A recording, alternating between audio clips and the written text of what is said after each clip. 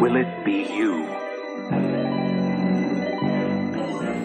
Like just about every other American kid in the late 80s, I too envied the NES. I don't remember ever seeing commercials for the Commodore 64 or contemporary Atari systems, but the NES was everywhere, in commercials, store aisles, cartoons, even movies.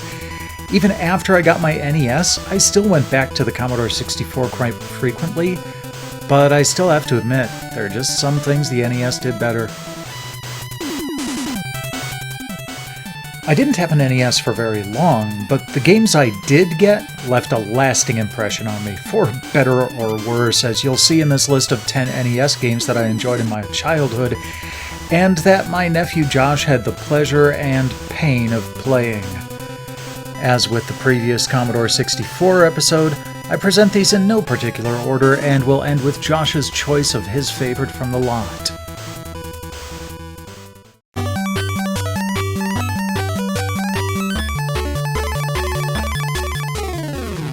First on the list is a personal favorite that very few others seem to enjoy. Bill and Ted's Excellent Video Game Adventure. I loved the movie, of course, so that definitely helped the attraction to this game, but it's also a very unique premise that I think with a few tweaks probably could have fared much better in its day.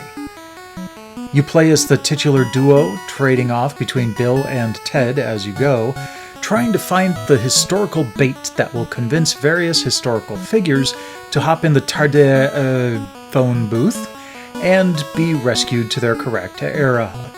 It's not an easy game, but it's one I still enjoy hauling out to this day.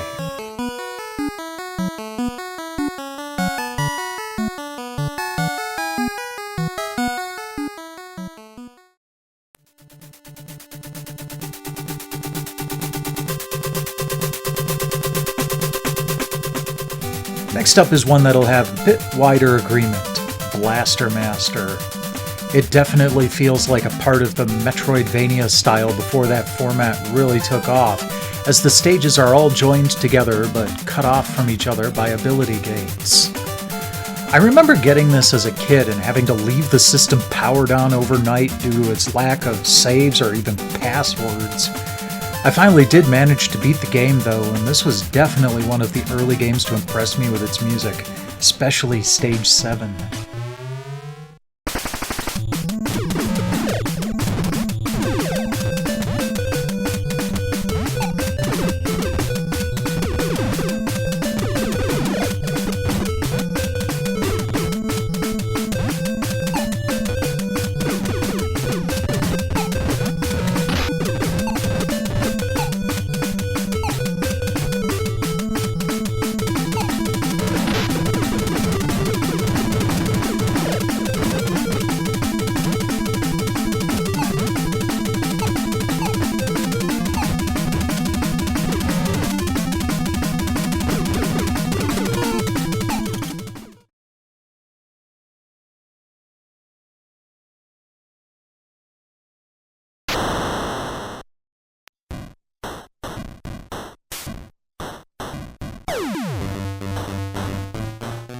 Maniac Mansion, along with Time Tunnel, was the seed of my affinity for the point-and-click adventure game and RPGs in general. It's also one of the rare titles that I will wholeheartedly prefer to play on the NES rather than the Commodore 64, mostly because of the background music. Almost every track is enjoyable. I'm looking at you, Razor.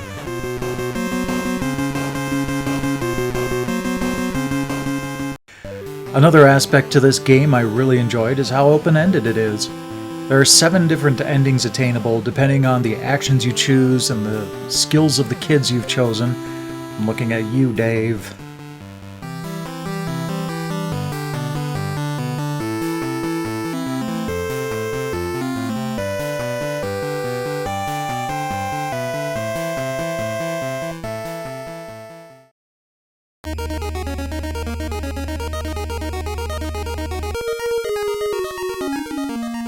Pinbot might be an unexpected entry to this list, but it's one of the better early adaptations of pinball to a home game console out there.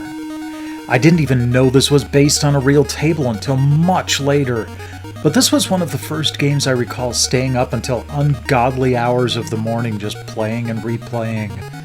The skills translated over reasonably well, too. A few years ago during a live stream at the Garcade, I managed to get the top spot on the high score table.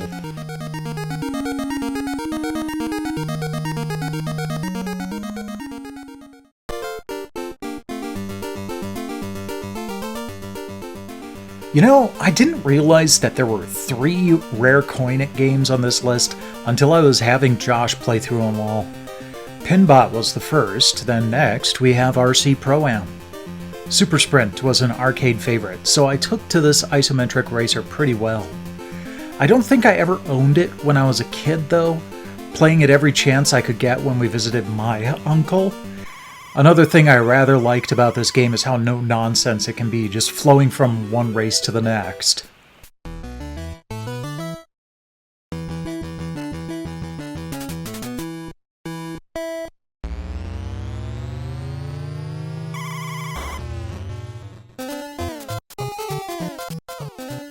Rare Coin-It game number 3 on this list is another game I never really had at home, but played at a friend's house and thoroughly enjoyed. Snake Rattle and Roll. The music's a solid bop that even muffles itself while paused.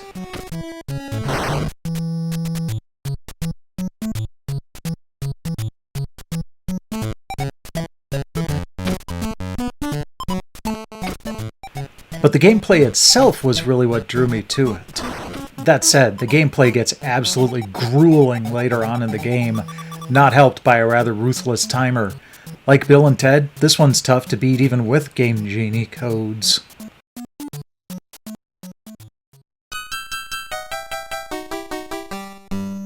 Super Mario Bros. 3 was the first game I ever owned for the NES, and, well, now it's time to tell you how I got my NES in the first place. I have the tendency to open Christmas gifts from smallest to the largest, and one year I opened a small gift to see that familiar yellow box peeking through the wrapping paper. I was pumped to get to play the game, but even more excited because while I didn't have an NES yet, there was a rather large gift still unopened under the tree. I was so excited I had the game beat later that day.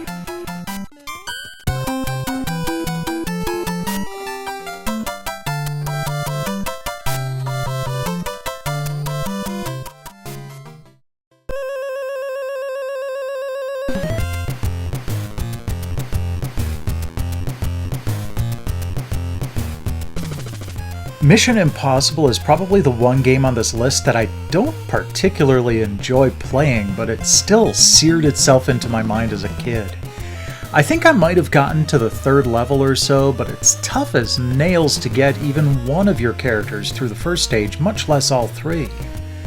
While it may have been quite a frustrating game to try to play, I have to give credit where it's due for a fairly inventive game that, if it wasn't made by Konami's Ultra Branch, I'd think it was trying to compete with Metal Gear.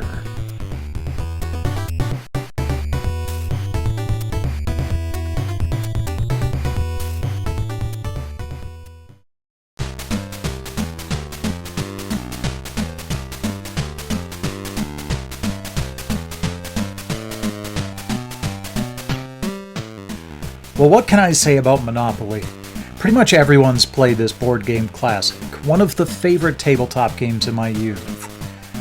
This game's been ported to just about every console since it was possible to program AI players well, but this version always held up as my favorite because it just had so much character to it. Sold! It had a great flow, good music, and I just loved the cash register that would come out and eat the correct bills when you had to hand over some cash.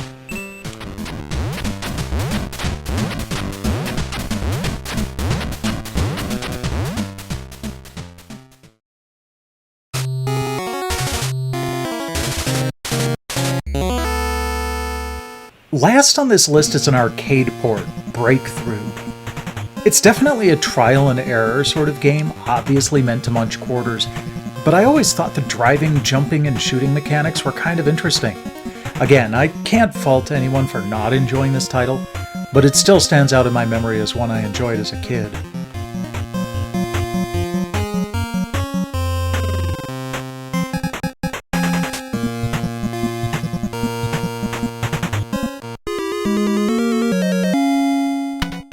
So, now that we've gone over the Nintenders, which one out of the bunch did Josh decide on as his favorite? I'm blanking on what it was called. It was like Hotel Mansion or Spooky Mansion. Maniac Mansion. Maniac Mansion, that one. I really liked that one because it was like a point-and-click adventure game, but with multiple endings. And I've played a lot of point-and-click games, but they usually only have one ending, which is not enjoyable because then you run into a singular roadblock and then you have to look it up. And I don't like looking things up. So it felt like there was just a lot more freedom that I could have. Maniac Mansion? Yeah, he really is my doppelganger. Which one of these would you pick as your favorite? How different would your top 10 be from mine? Let me know in the comments below or on Twitter at TesseractUnfold. In the meantime, like, subscribe, share, and enjoy. And I'll catch you next time when we take a look at my Sega Genesis favorites.